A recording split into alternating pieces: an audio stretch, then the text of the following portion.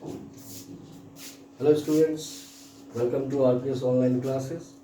In this session of your chemistry class, we shall go for study about mixture, more and more about mixture. Okay?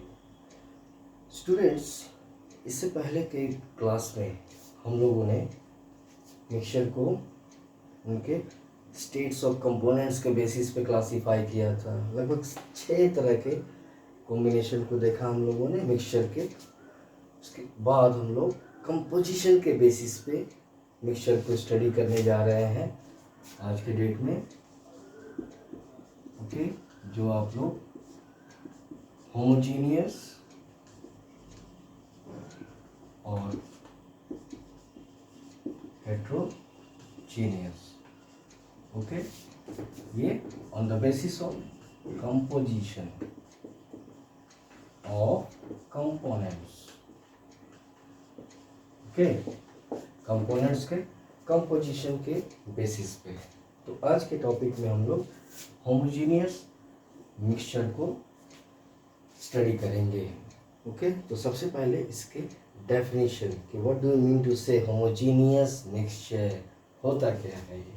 ठीक है, examples तो बहुत सारे आएंगे, ठीक है, लेकिन होता क्या है, the type of mixture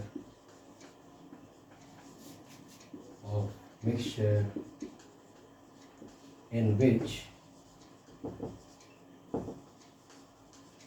solute particles are uniform throughout the composition,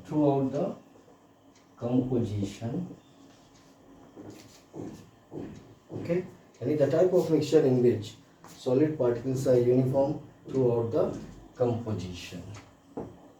okay, और भी बातें हैं इसके अंदर। there is no boundary of separation. okay, there is no boundary of separation is found between solute and solvent. Okay, solute और solvent के बीच में कोई सेपरेशन बाउंड्री, यानी कि कहीं से भी हम लोग ये डिपार्ट नहीं कर सकते कि सॉल्यूट इस कंपोजिशन के अंदर सॉल्यूट ये है, सॉल्वेंट ये है। सिंपली हम लोग उसे मिक्सचर कहेंगे। ओके, हाँ, क्वांटिटी ऑफ सॉल्वेंट जो होगा बाय वॉल्यूम अगर है, ठीक है, तो वो विजिबिलिटी में हम लोग बता सकते हैं कि वहाँ पर एक स्टेट को हम रिफर कर सकते हैं। ओके, इसमें और बातें ऐड कर लें। We can not see the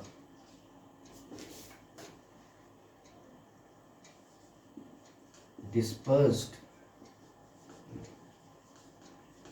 solute particles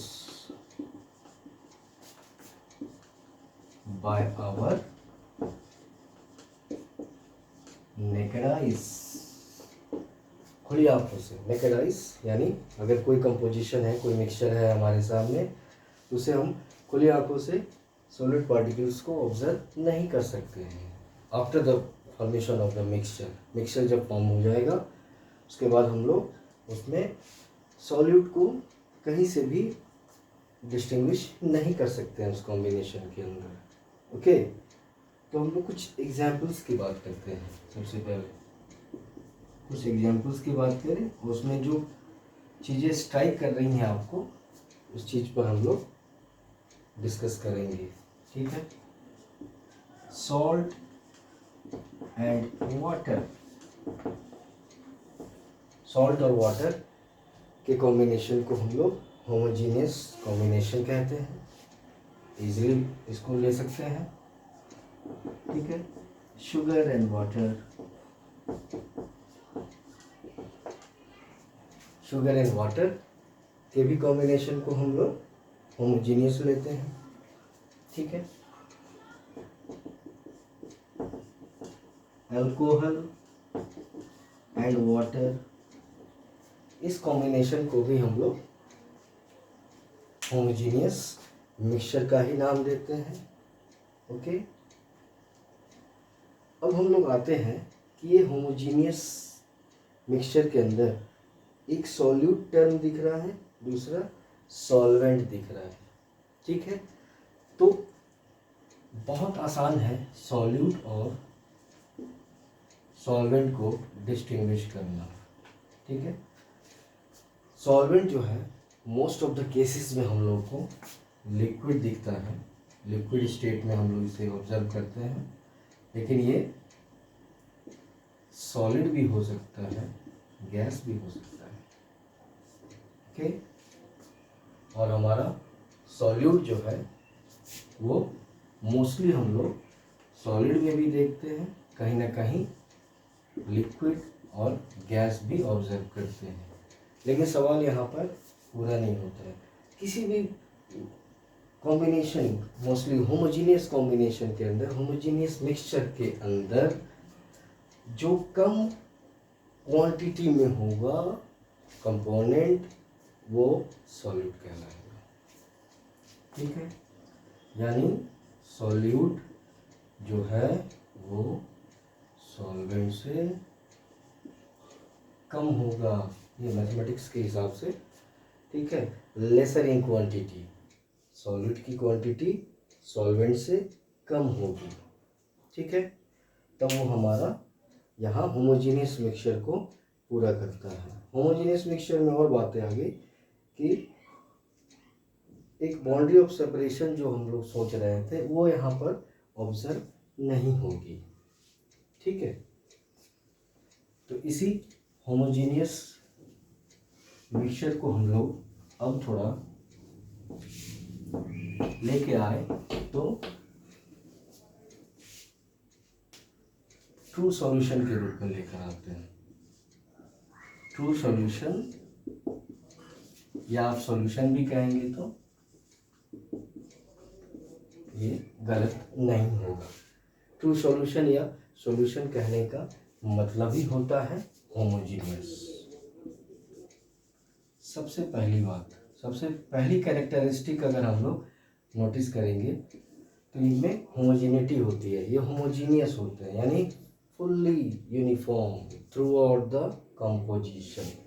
कैसे? Let's observe, okay. Suppose in this big size beaker we just take water and then add little amount of salt, NaCl, common salt ले लेते हैं, ठीक है, soluble होगा। इसको हमने mixture भी बना दिया, मिला दिया। अब it become a task to search the particles of NaCl, the solute particles। ये लेसर क्वांटिटी में था तो ये सॉल्यूट कहलाया, ठीक है। इसकी वाटर का वॉल्यूम यहाँ पर ज़्यादा है तो ये सॉल्वेंट। तो ट्रू सॉल्यूशन जो है is always a homogeneous mixture, ठीक है, and amount of solute is always lesser than that of the volume of या अमाउंट ऑफ सॉल्वेंट, ठीक है। और ये भी क्लियर हो गया आपका यहाँ पे कि सॉल्यूट और सॉल्वेंट के कॉम्बिनेशन से सॉल्यूशन का फॉर्मेशन होता है, ओके, सॉल्यूशन का फॉर्मेशन होता है। ट्रू सॉल्यूशन को तो हम उसके कैरेक्टरिस्टिक पे आगे डिस्कस करेंगे ही हम लोग, ठीक है, लेकिन यहाँ पे देखते हैं कि सॉल्यूट और सॉल्वेंट से सॉल्यूशन कैसे बना, ठीक है। तो सपोज हम लोगों ने WA नाम दिया सॉल्यूट का और इसको रखा 50 ग्राम, ओके। सॉल्वेंट का WB सिंबलाइज किया और इसको हमने दिया 150 ml। So what will be the quantity what will be the entire mass of the solution, the entire mass of the composition? Yes, it might be 50 plus 150, it will be 200 gram. Okay, 200 gram by mass कह लीजिए, ठीक है। अभी आगे चलकर हम लोग discuss कर लेंगे कि आगे क्या रीजन है कि ग्राम और ml वहाँ पर, ठीक है। तो डेंसिटी के बेसिस पे हम लोग इन चीज़ों को रीड करते हैं, ठीक है।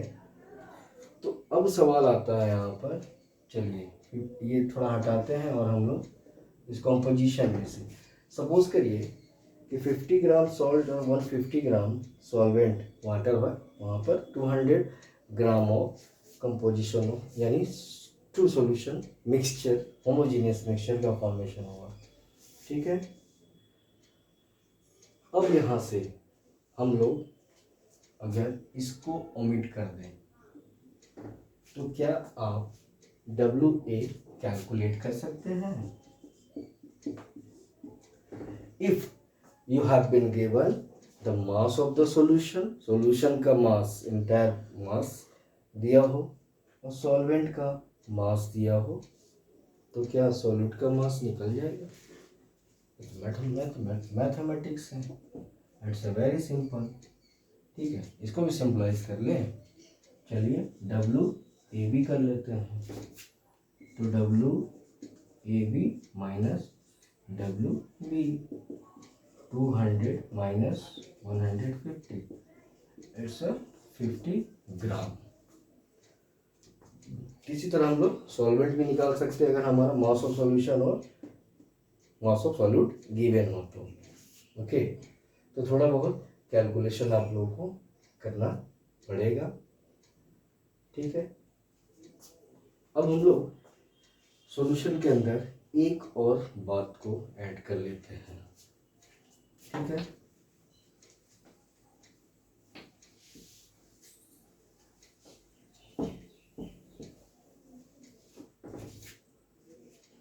जैसे अगर हम यहाँ पर सॉल्यूशन टर्म दिए, इससे पहले हमने इसको homogeneous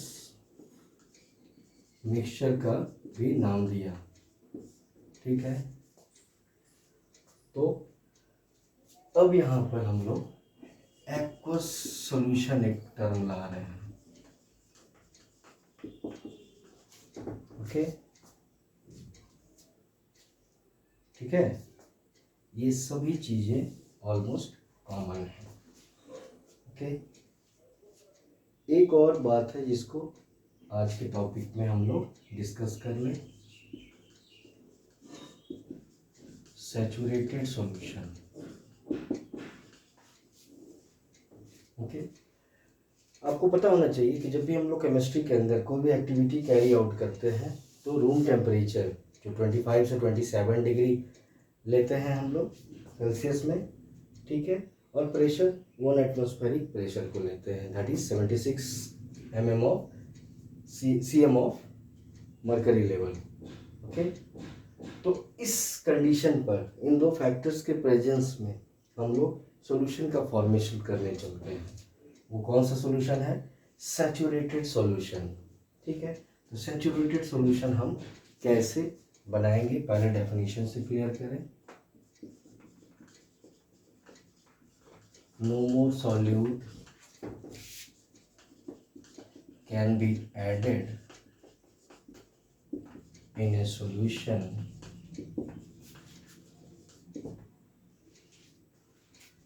at a given temperature and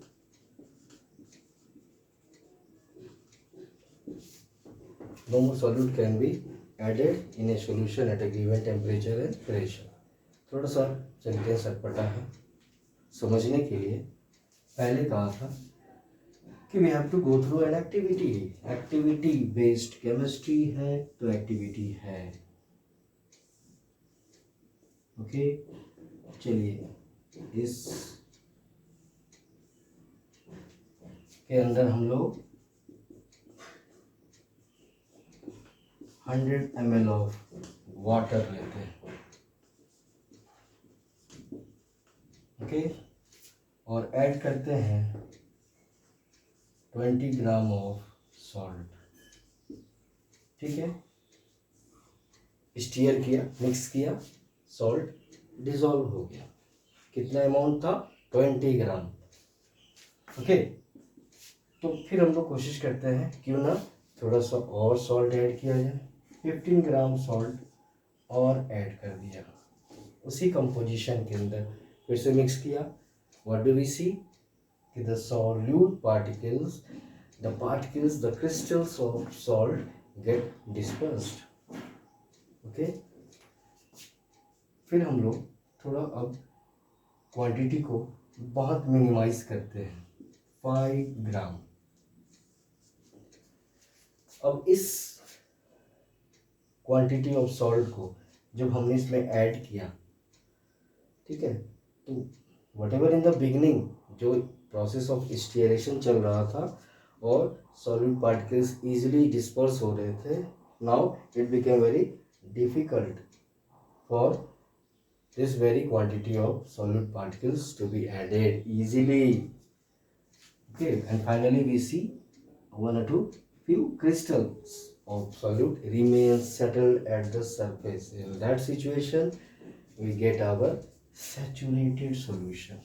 इसी situation को हम लोग saturated solution कहते हैं कि उस लिमिट तक हम लोग नॉर्मल टेम्परेचर और प्रेशर के अंदर अगर सॉल्यूट को सॉल्वेंट के अंदर ऐड करते हैं, जब तक वो एक्सेप्ट करता है नॉर्मल टेम्परेचर प्रेशर पे, तो वो सैचुरेशन ले रहा है। जहाँ एक्सेप्ट करना बंद करेगा वहाँ वो अपना सैचुरेटेड कॉम्बिनेशन, सैचुरेटेड सॉल्यूशन का फॉर्मेशन स्टॉप कर देगा, ओके।